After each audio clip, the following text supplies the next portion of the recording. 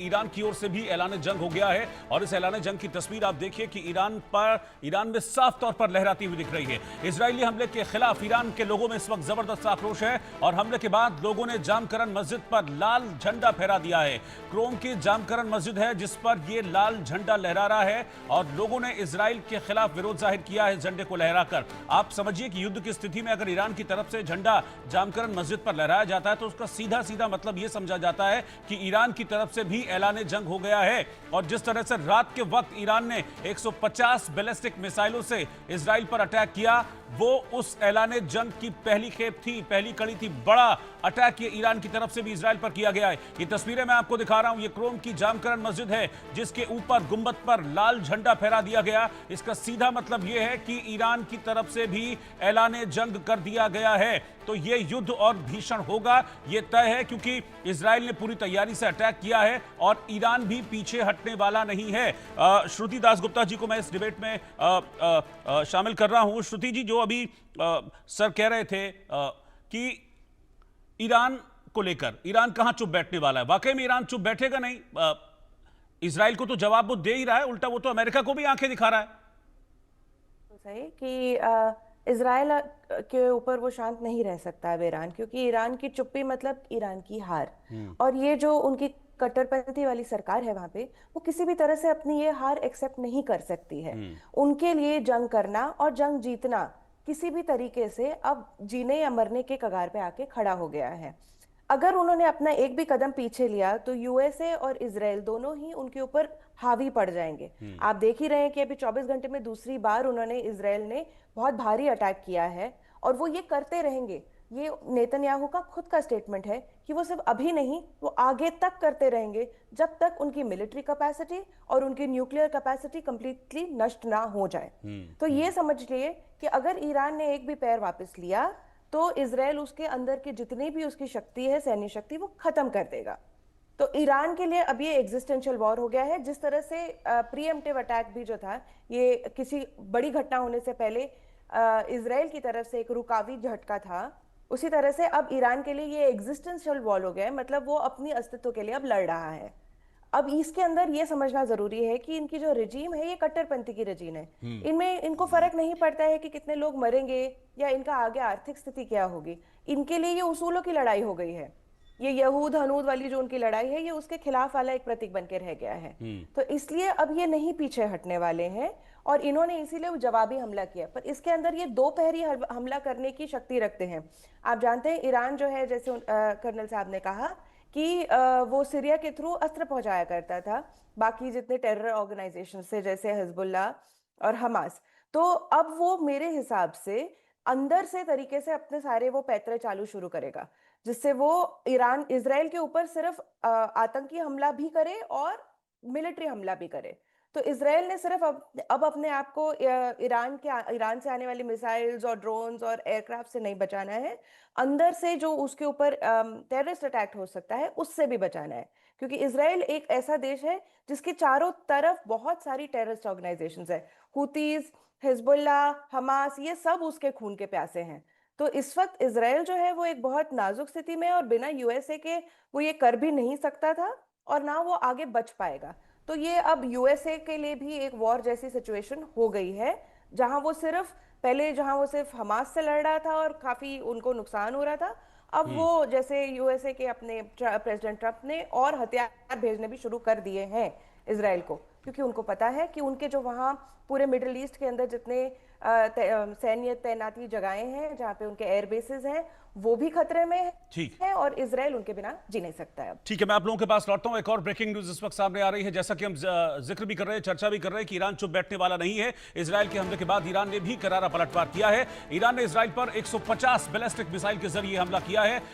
Central तेल अवीव पर ballistic मिसाइलें इजराइल के इस एरिया में दागी गई हैं। हमले में 2 लोगों की मौत और 60 से ज्यादा लोग घायल बताए जा रहे हैं। जबरदस्त मिसाइल हमले से तेल अवीव में कोहराम मचा है। बैलिस्टिक मिसाइल ने डिफेंस सिस्टम को कई जगह इजराइल की भेज दिया। हमले में एक बिल्डिंग को भारी नुकसान पहुंचा है। ईरान की बैलिस्टिक मिसाइल ने ईरान के सुरक्षा घेरे को भेद दिया है। इस रिहायशी इलाके में भीषण बमबारी इन बैलिस्टिक मिसाइल्स के जरिए की गई है। ईरान ये दावा कर रहा है कि हमने इजराइल के रक्षा मंत्रालय को भी निशाना बनाया है। इस वक्त की ब्रेकिंग न्यूज में आपको बता रहा हूं, ईरान ये दावा कर रहा है। इस बीच दो बड़ी डेवलपमेंट हैं। एक तो ये कि ईरान ने 150 बैलिस्टिक मिसाइलों के जरिए ये अटैक किया। दूसरी बात ये कि इनमें से ज्यादातर बैलिस्टिक मिसाइलों ने जो ईरान का रक्षा कवच था, जो इजराइल का रक्षा कवच जिसे आयरन डोम कहा जाता है, उसको भेद दिया। और तेल अवीव में कई जगह ईरान की ये बैलिस्टिक मिसाइल गिरी हैं। सिर्फ तेल अवीव में नहीं, ये समझिए कि आप तेल अवीव के साथ साथ यरूशलेम, जो कि एक बड़ा शहर है इजराइल का, वहां पर भी ईरान की बैलिस्टिक मिसाइलें इजराइल के आयरन डोम को भेदते हुए गिरी हैं। ये उसी की तस्वीरें मैं आपको दिखा रहा हूं। ये देखिए कैसे ये फिलहाल तेल अवीव की तस्वीर है जो आप देख रहे हैं, कैसे ईरान की मिसाइलें ऊपर से सीधा तेल अवीव की बड़ी बड़ी बिल्डिंगों पर गिरी है। और उसके बाद वहां आप समझिए कि वहां एकदम से हड़कंप मच गया और इजराइल में लोगों को यह कह दिया गया कि अब आप सेफ जगह पर चले जाइए, क्योंकि अभी फिलहाल ईरान जिस तरह से अटैक कर रहा है उसके चलते इजराइल में कुछ भी सेफ नहीं है। तो इजराइल के दो बड़े शहरों पर ईरान की मिसाइलें गिरी हैं, यरूशलेम और तेल अवीव, जहां पर नुकसान भारी हुआ है। 63 लोग घायल हुए हैं और ईरान यह दावा कर रहा है कि 2 लोग भी मारे गए हैं। और साथ ही साथ यह दावा ईरान की ओर से किया गया है कि हमने इजराइल के रक्षा मंत्रालय को भी निशाना बनाया है। लेकिन इस बीच एक और ब्रेकिंग न्यूज सामने आ रही है और बड़ी खबर यह है कि इस जंग में कुछ और लोग अब जुड़ गए हैं, कुछ और देश जुड़ गए हैं। इजराइल पर चौतरफा हमला जारी है। जॉर्डन ने भी इजराइल पर हमला कर दिया है और लेबनान ने भी इजराइल को निशाना बनाया है। तो आप ये समझिए कि सिर्फ ईरान नहीं, जॉर्डन और लेबनान भी इस लड़ाई में ईरान के साथ आ गए हैं और चौतरफा अटैक इजराइल पर इस वक्त हो रहा है।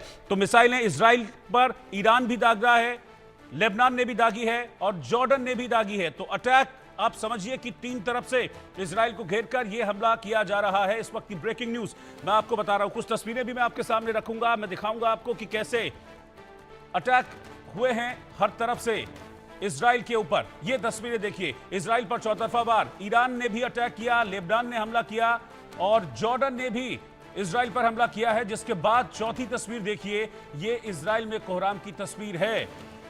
तो ईरान ने जो कहा था, आयतुल्ला खामनेई जो कह रहे थे कि हम जहन्नुम बना देंगे इजराइल को, तो इजराइल को जहन्नुम बनाने में ईरान अकेला नहीं है, जॉर्डन और लेबनान का भी साथ उसे मिला है। बल्कि माना जा रहा है कि कुछ और देश भी इसमें शामिल हो सकते हैं।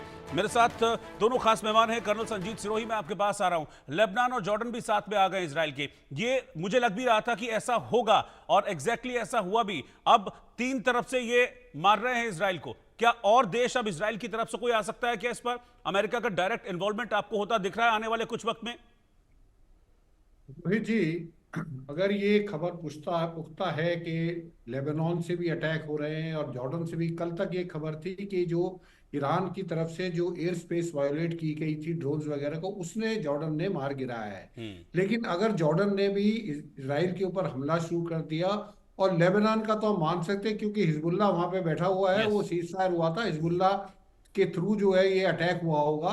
तो अगर ये जॉर्डन, लेबनान, ईरान अगर हमला कर रहे हैं इजराइल के ऊपर, तो ये मान के चलिए कि अकेला, अब इजराइल अकेला नहीं रहेगा। इसमें जो है अमेरिका को कूदना पड़ेगा। और अमेरिका अगर कूद गया तो आप ये सोचिए कि जो है ये युद्ध और ज्यादा चलेगा। लेकिन मैं आपको एक बात बताता हूँ, इजराइल के लिए कोई पहली दफे नहीं है कि चारों तरफ से हमला हो रहा है। इजराइल 67 में 6 कंट्रीज के साथ लड़ा था, 73 में लड़ा था। तो ये इजराइल के लिए नहीं है। इजराइल हमेशा इस चीज के लिए तैयार रहता है कि बाकी उसके आसपास के देश है, क्योंकि इजराइल एक अकेला यहूदी देश है, उसके चारों तरफ मुस्लिम देश है। अभी देखना ये है, क्योंकि ईरान एक शिया डोमिनेटेड देश है और बाकी जितने आसपास देश है वो सुन्नी है। अगर सुन्नी भी जो है उसके लिए, ईरान के लिए मदद में आ जाते हैं, तो एक गंभीर सिचुएशन हो जाएगी। और ये जो है मल्टी कंट्रीज जो है लड़ाई लड़ेंगी और इस बीच में अमेरिका को कूदना पड़ेगा, क्योंकि अमेरिका किसी भी हालत में इजराइल को अकेला नहीं छोड़ेगा। और अगर अमेरिका इसको ज्वाइन कर गया तो फिर जो है अंजाम बहुत बुरे होंगे ईरान के लिए और जॉर्डन के लिए और लेबनान के लिए, क्योंकि अमेरिका की जो ताकत है आज के दिन और इजराइल और अमेरिका की ताकत जब अगर मिल जाएंगी, तो ये जितने देश हैं इनको ज्यादा देर नहीं लगेगी ठंडा करने में। तो जो है अमेरिका का, अभी तक अमेरिका ने कोई एक्शन नहीं लिया है, लेकिन अमेरिका अगर एक्शन में आता है तो ये ईरान, जॉर्डन और लेबनान बिल्कुल तबाह हो जाएंगे।